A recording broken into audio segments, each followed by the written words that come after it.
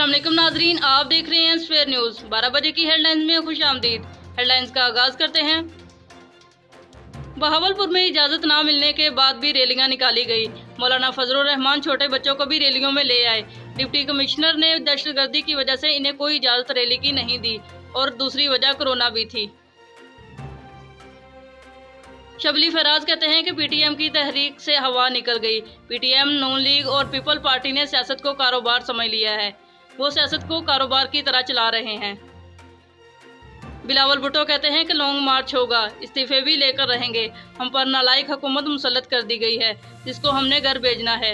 इमरान खान के पास अगर किसी मसाइल का हल नहीं है तो घर में बैठ जाएं, ये अच्छा होगा उनके लिए। मरियम नवाज कहती हैं कि लॉन्ग मार्च भी होगा, इस्तीफे भी लिए जाएंगे, लेकिन इसकी अभी कोई फैसला नहीं किया गया, इसकी तारीख बाद में दी जाएगी।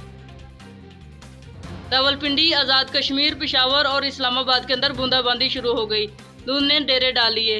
आइंदा मंगल तक बारिशों का इम्कान। बलाई इलाकों में बर्फबारी भी होगी और पहाड़ों पर भी बर्फबारी के इम्कानात। बरतानिया के अंदर कोरोना की नई किस्म दरियाफ्त कर ली गई।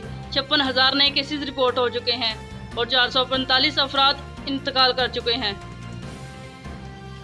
सऊदी अरब ने परवाज खोल दी। ज़मीनी और समुद्री रास्ते भी खोल दिए, लेकिन बरतानिया से आने वाले किसी भी रास्ते को नहीं खोला गया। उन पर वैसे ही पाबंदी आयद की गई है। कराची साइट एरिया में पुलिस ने एक नौजवान को कत्ल कर दिया। 21 साला नौजवान उसामा कत्ल हो गया। शेख रशीद इनके घर ताज़ियत के लिए गए।